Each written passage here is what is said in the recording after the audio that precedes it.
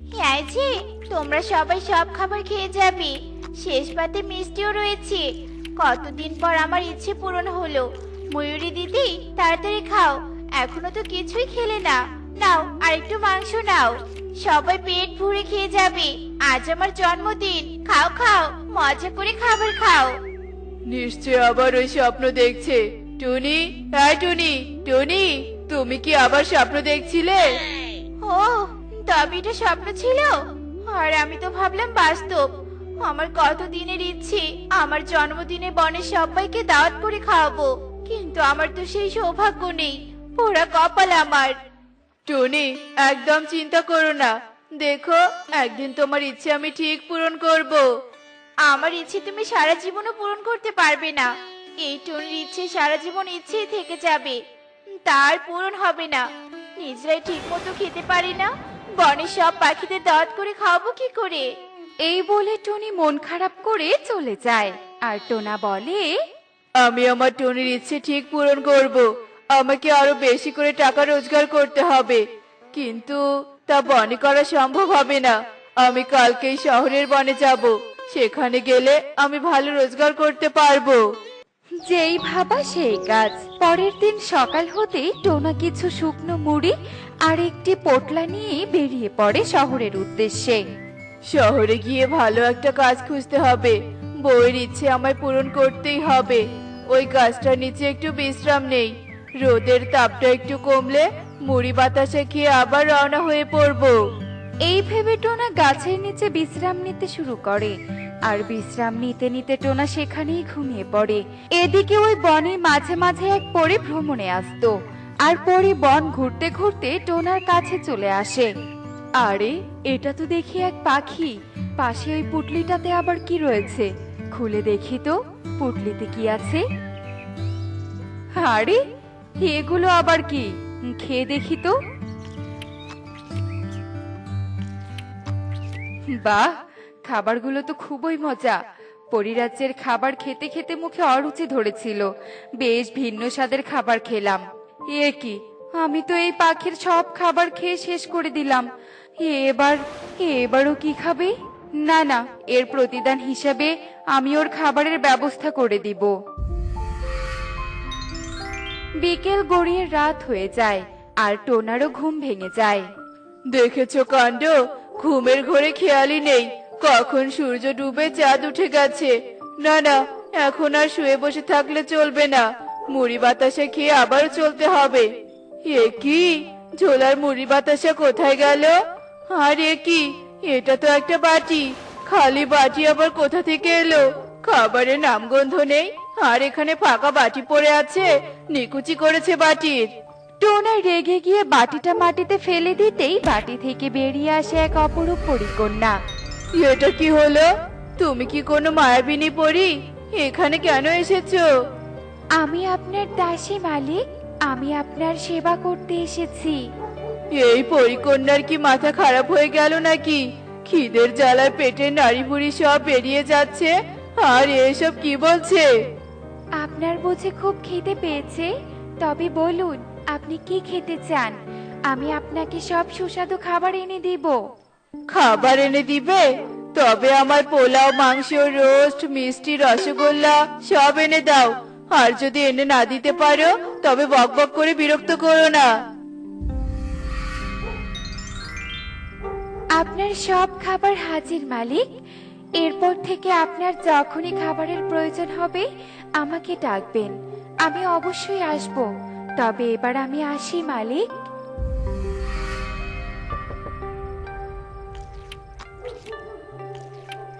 আহ, কতদিন পর এমন তৃপ্তি করে খাবার খেলাম। বিধাতা এতদিনে আমার ওপর মুখ তুলে তাকিয়েছে। এই জাদুর বাটি সাথে থাকলে আমাদের খাওয়ার কোনো সমস্যা হবে না, এ আমি বুঝে গেছি। এবার আমার টুনির ইচ্ছে পূরণ হবে। যাই, তাড়াতাড়ি বাড়ি ফিরে যাই। এরপর টোনা খুশি মনে বাড়ি ফিরে আসে। আর তার বউকে সব কথা খুলে বলে। সব শুনে টুনি বলে, তুমি এসব সত্যি বলছো? আমার ইচ্ছে পূরণ হবে? তবে দাঁড়াও, আমিও একবার জাদুর বাটিটা পরীক্ষা করে দেখছি। এরপর টুনি বাটিটা নিচে রাখতে বাটি থেকে সেই পরীকন্যা বেরিয়ে আসে। আজ্ঞা করুন মালিক, আপনাদের সেবা করার জন্য আমি প্রস্তুত। আমার বউয়ের জন্য তুমি এক্ষুনি বিরিয়ানি, মন্ডা, মিঠাই, পায়েস আর ইলিশ পোলাও নিয়ে এসো। সব খাবার এসে গেছে মালিক, তবে এবার আমি আসি। হাই হাই, এ কি কাণ্ড গো! আমার তো নিজের চোখে বিশ্বাসই হচ্ছে না। সবই সৃষ্টিকর্তার আশীর্বাদ। টোনা, টোনা, 2 দিন পর তো আমার জন্মদিন। এবার আমার ইচ্ছে পূরণ হবে। তুমি যাও, এক্ষুনি বনের সব পশু পাখিকে আমার বাড়িতে নেমন্তন্ন করে এসো।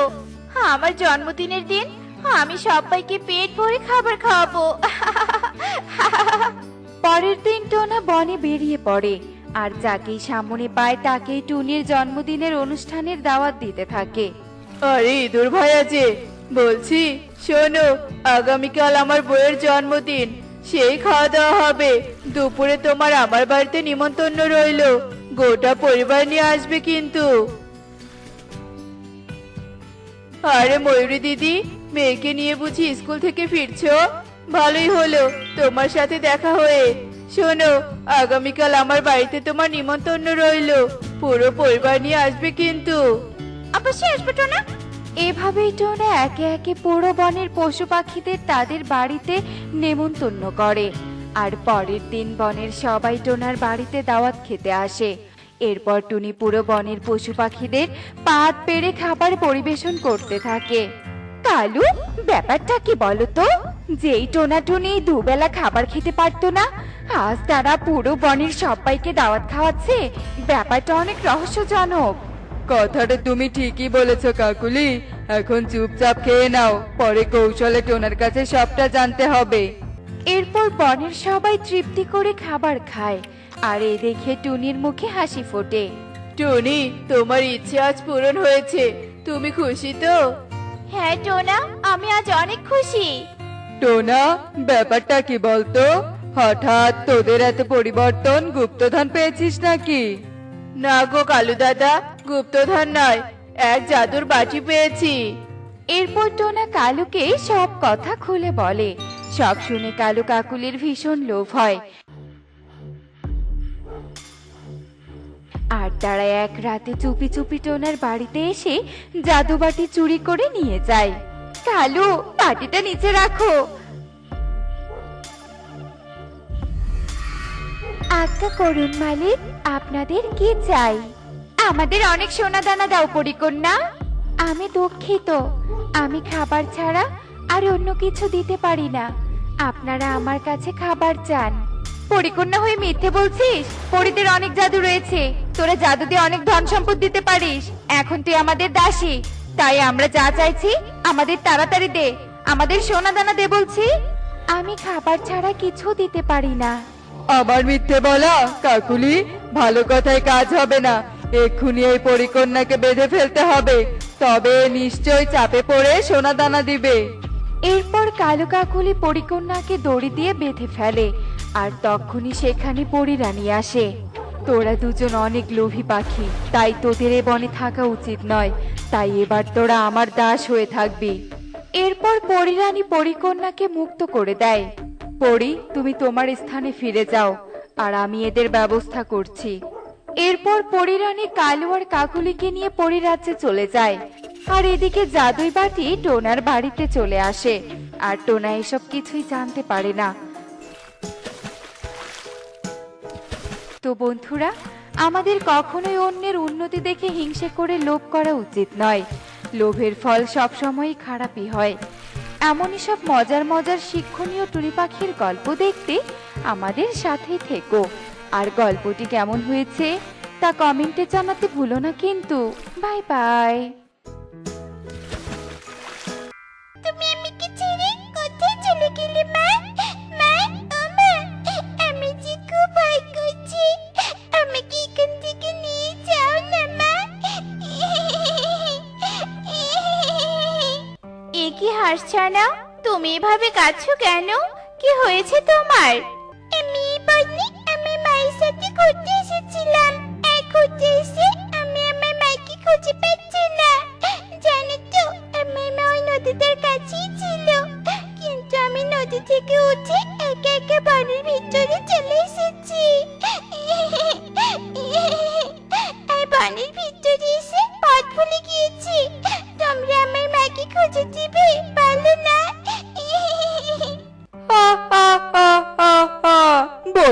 পাচ্ছিস আমাদের? ফ্রিতে একটা হাঁসের ছানা পেয়েছি, আর তোকে কিনা এমনি এমনি যেতে দিব? শোন টুনি, এই ছানাকে তুই আমার কাছে দে, আমি ওকে অনেক মজা করে রান্না করে খাবো। না কালু দাদা, ওকে আমি আমার বাড়িতে নিয়ে যাব, আর আমি ওর মাকে খুঁজে বের করে ওকে ওর মায়ের কাছে ফিরিয়ে দিব। তুমি একবার ভেবে দেখো, আর যদি ওর জায়গায় তোমার সন্তান থাকতো তাহলে তোমার কেমন লাগতো? ওর মা হয়তো ওর জন্য অনেক কষ্ট পাচ্ছে। বজ্জার টুনি সবসময় ভালো সাজতে গিয়ে আমার হাঁস খাওয়াটা নষ্ট করে দিল। তবে এই হাঁসটা আমি খাবোই খাবো। তুই বরং একে খাইয়ে দাইয়ে বড় কর, তারপর আমি ভয় পেও না হাসছে না, এসো তুমি আমার সাথে এসো, তা না হলে কেউ তোমাকে দেখতে পেলে তোমার ক্ষতি করতে পারে। টুনির কথা শুনে হাঁসছানা টুনির সাথে যেতে রাজি হয়ে যায়। তারপর টুনি ও হাঁসছানা বাড়িতে চলে যায়। অন্যদিকে কালুও বাড়িতে চলে যায়। আর এভাবে দেখতে দেখতে সেই দিন কেটে যায়।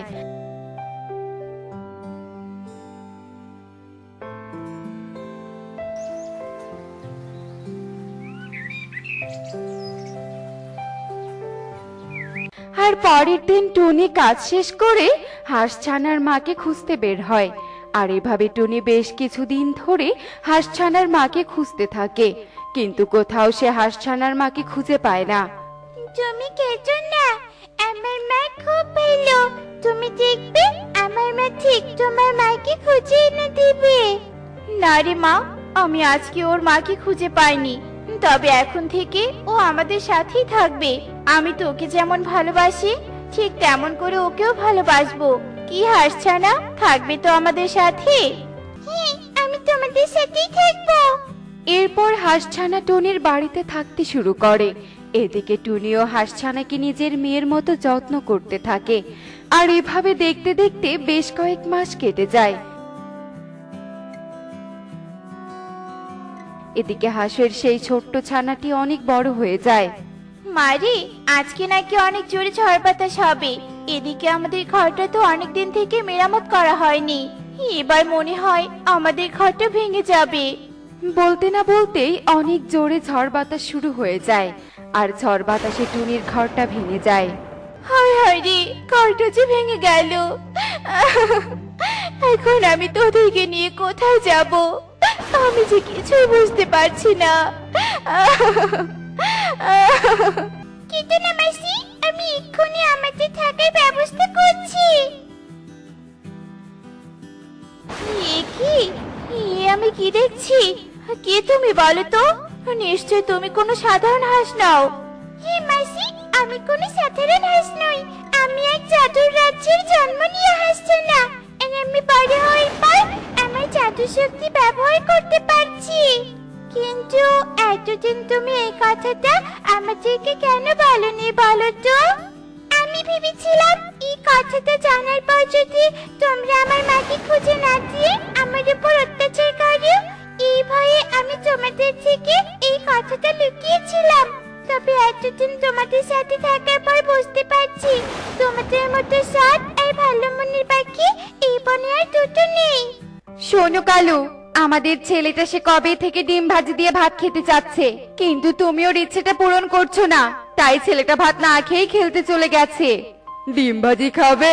কিন্তু কাকুলি, বাজারে ডিমের যা দাম, এত দাম দিয়ে ডিম কিনবো কি করে? তবে ডিম ভাজি খাওয়ার একটা উপায় আমার কাছে আছে। তাই নাকি? কি উপায় কালু? এরপর কালু কাকুলির কানে কানে ডিম ভাজি খাওয়ার একটা উপায় বলে দেয়। আর এভাবে দেখতে দেখতে রাত হয়ে যায়।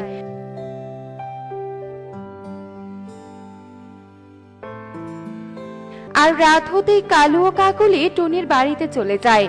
আর ঘুমন্ত হাঁসের ছানাকে চুরি করে নিয়ে যায়। আর দেখতে দেখতে রাত কেটে দিন হয়ে যায়।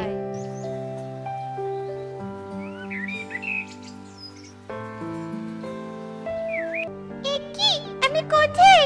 আর এখানে এলাম এবার কি করে? আমরা তোকে চুরি করে আমাদের বাড়িতে নিয়ে এসেছি।